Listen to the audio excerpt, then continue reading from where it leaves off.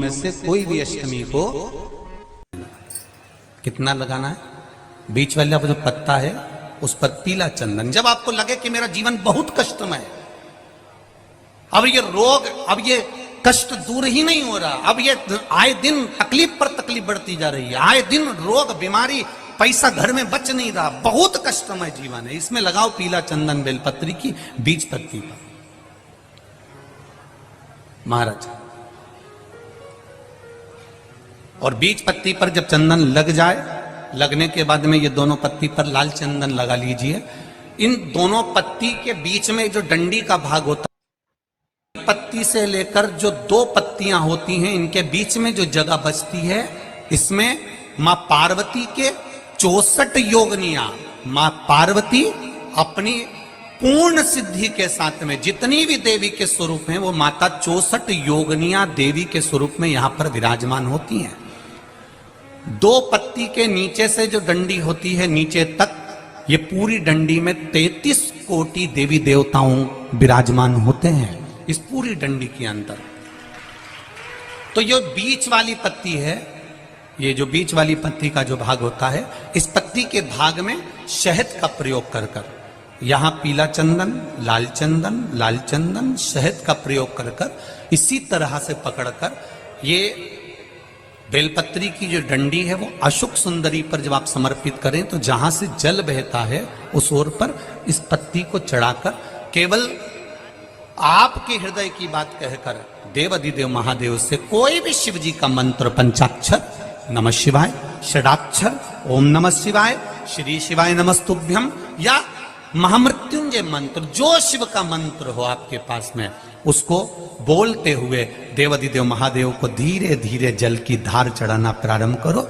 जल की धार जब पूर्ण होने लगे, उसमें थोड़ा जल बचे, तब अशोक सुंदरी पर जो तुमने बेलपत्र चढ़ाई है वहां उस जलधार को चढ़ा। ये प्रयोग आपको केवल सोमवार की अष्टमी पढ़ने पर ही करना है। कौन से दिन करेंगे? जम के बोलिए जरा। सोमवार की अष्टमी पढ़ने। और धतूरे का फूल,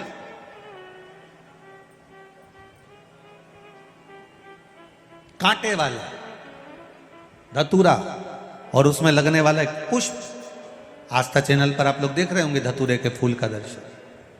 धतूरा और धतूरे का पुष्प, छोटा सा पौधा है, ज्यादा बड़ा नहीं है, कांटा लग रहा है, धतूरा लग रहा है, और उसमें भी साधारण धतूरा नहीं, जिस धतूरे के नीचे की डंडी लाल कलर की होती है, अगर वो सोमवार की अष्टमी को देवाधिदेव महादेव को समर्पित करी जाती है, तो उसके घर में कभी संपदा की कमी नहीं होती है। वो धतूरा है, साधारण नहीं है। धतूरे में भी लाल डंडी, जैसे धतूरा गोल होता है, उसके नीचे एक छोटी सी डंडी, देखा है आप लोगों ने? अरे देखी कि नहीं देखी बोलो? धतूरा देखा है ना? धतूरे के अंदर एक नीचे छोटी सी डंडी होती है, जब तोड़ोगे तो वो डंडी का कलर अगर लाल है, वो डंडी का कलर अगर लाल है, और कभी हम तो कहेंगे जैसे बड़ी बीमारी जिसको हो जाती है, लीवर, किडनी, कैंसर आदि आदि बड़ी बीमारियों से जो जूझ रहा होता है, प्रयास करो, प्रयास महामृत्युंजय का जाप कर कर, महामृत्युंजय का स्मरण कर कर, एक लाल डंडी का धतूरा प्रयास करना।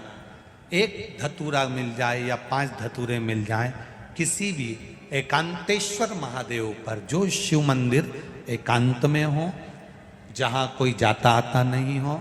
वैसे तो अब बहुत मुश्किल है कि ऐसा मंदिर मिल जाए जहाँ कोई जाता आता नहीं हो, पहले की बात दूसरी है, अब बात दूसरी है।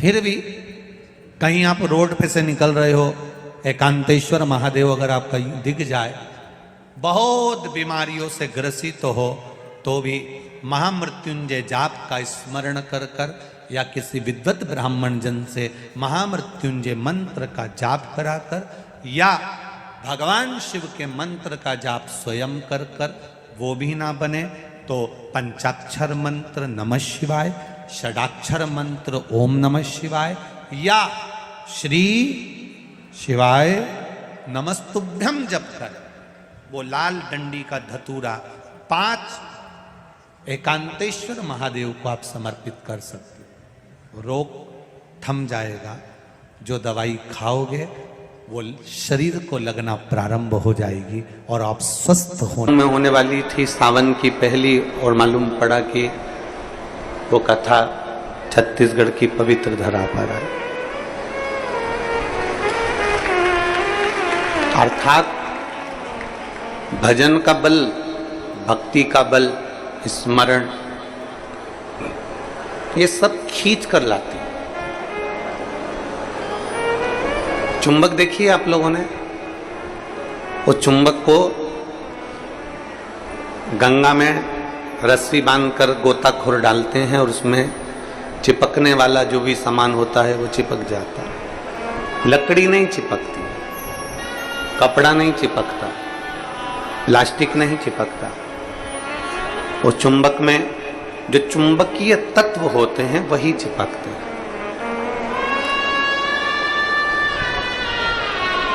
हम तो ये मानते हैं कि सावन के महीने में भी भोलेनाथ, एक जैसे लोग गंगा जी में चुंबक फेंकते हैं और उसमें जो चिपक गया वो चिपक गया, उसी तरह भोलेनाथ भी सावन के महीने में शिव महापुराण रूपी चुंबक को डालकर हिलाते रहते हैं। किसके भाग्य में है और कितने लोग चिपक सकते हैं ये उसी को मालूम है।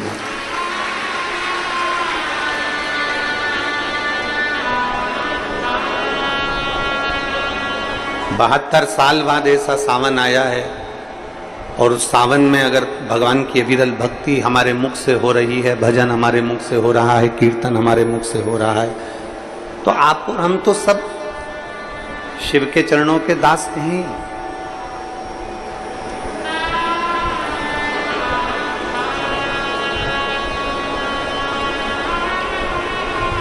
कहते हैं, शिव महापुराण की कथा कहती है, नौकरी ऐसी होना चाहिए, सर्विस ऐसी होना चाहिए जहां जाने का मन करे। ऑफिस में तुम बैठते हो और दिन भर क्लेश मचे, फाइल तुम पढ़ते हो और फाइल उठाते से तुम्हारे को मानसिक टेंशन आ जाए, जरा जरा सी बात में चिंता खड़ी हो जाए, तो वो ऑफिस जाने का मन नहीं करता, नौकरी पर जाने का मन नहीं करता। नौकरी ऐसी हो जहां जाने का मन करे, और घर ऐसा हो जहां वापिस आने का मन करे। तो समझ, घर में अगर क्लेश हो रहा है, बहुत अशांति हो रही है, बहुत लड़ाई हो रही है, बहुत विवाद हो रहा है, कहीं सास का मुंह फूला रहे, कहीं बहू का मुंह फूला रहे, कहीं बेटे का, कहीं बेटी का, कहीं माँ का, कहीं पिता का, कहीं भाई, कहीं बंधु, इनके मुंह फूले रहे तो घर में आने का मन नहीं करता। पत्नी का दिन भर मुंह फूला रहेगा तो पति का घर आने का मन नहीं करेगा। माँ बाप का अगर मुंह फूला रहेगा तो बच्चों का घर आने का मन नहीं करेगा। नौकरी ऐसी हो जहां जाने का मन करे। मन करे आपका कि मुझे बड़े उत्साह से जाने हैं। एक प्रश्न आपसे पूछते हैं, उम्मीद है कि आप लोग उत्तर अच्छा देंगे। हमने भी पढ़ाई करी, आपने भी पढ़ाई करी, हमने भी विद्याध्ययन करा, आपने भी विद्याध्ययन करा। जब स्कूल में पढ़ते थे, मैथ का सब्जेक्ट आता या साइंस का आता, इंग्लिश का आता, कोई सब्जेक्ट जब सामने आता तो कोई कोई टीचर इतना अच्छा होता था कि उसके सब्जेक्ट में भले मन ना लगे पर उसके सब्जेक्ट में बैठने का मन जरूर करता था। बोलो सही है कि गलत? बोलो सही है कि गलत? और कोई कोई टीचर ऐसा होता था कि उसके सब्जेक्ट में जाने का मन नहीं करता था।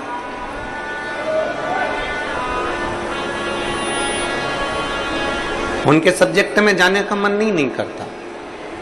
कोई टीचर इतना अच्छा, बहुत प्रेम से, बहुत स्नेह से, बहुत लाड़ प्यार से पढ़ाता है, बहुत स्नेह से पढ़ाता है तो उसके यहाँ जाने का मन कर जाता है। और कोई कोई टीचर ऐसा होता है कि वो पढ़ाता है पर उसके अंदर इतना क्रोध, इतना गुस्सा है, कहीं मारना, कहीं ठोकना, कहीं अपशब्द कहना, कहीं कुछ कहना, तो मन ही नहीं करता कि उस टीचर के पास में जाकर बैठा। पढ़ना है आपको, सारे सब्जेक्ट पढ़ना है आपको, और प्रत्येक सब्जेक्ट को आपको तैयार करना है, प्रत्येक सब्जेक्ट आपको पढ़ना है, पर आप उस टीचर के सब्जेक्ट में नहीं जाओगे। प्रत्येक सब्जेक्ट आपको पढ़ना है, प्रत्येक सब्जेक्ट आपको धारण करना है, पर आप उसके सब्जेक्ट में नहीं पहुंचोगे। बस जैसे स्कूल में कोई टीचर अच्छा है तो उसके सब्जेक्ट को पढ़ने के लिए आप जरूर जाते हो, उसी तरह नौकरी ऐसी हो जहां जाने का मन करे आपका।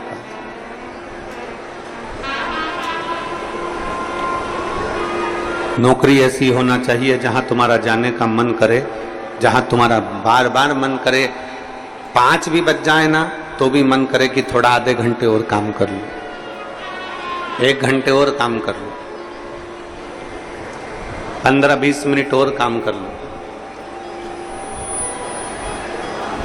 नौकरी अगर अच्छी है तो तुम्हारा जाने का मन बड़ा करेगा और वहां बैठने का भी मन करेगा। तो शास्त्र कहता है कि नौकरी ऐसी हो जहां तुम्हारा जाने का मन करे, और घर ऐसा हो जहां पर सब प्रेम से रहते हो, तो नौकरी से और दुकान से घर आने का मन करे, तो समझ लो कि तुम्हारा घर श्रेष्ठ है। तो समझिए कि उसमें तुम्हारी श्रेष्ठता है।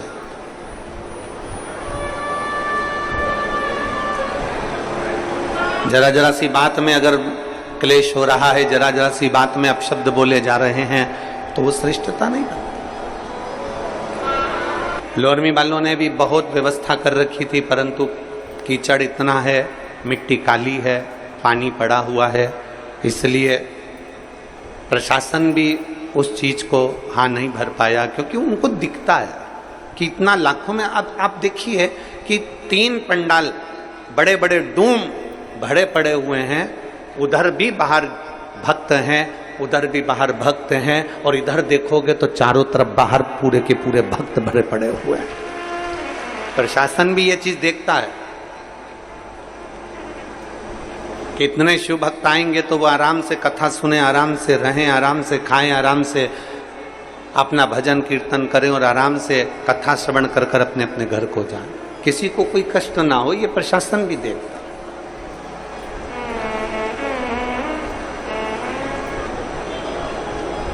21,600 श्वास में से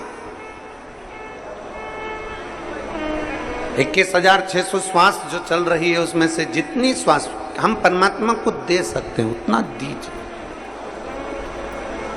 हम जितना भजन कर सकते हैं उतना भजन करें, हम जितना स्मरण कर सकते हैं उतना स्मरण करें।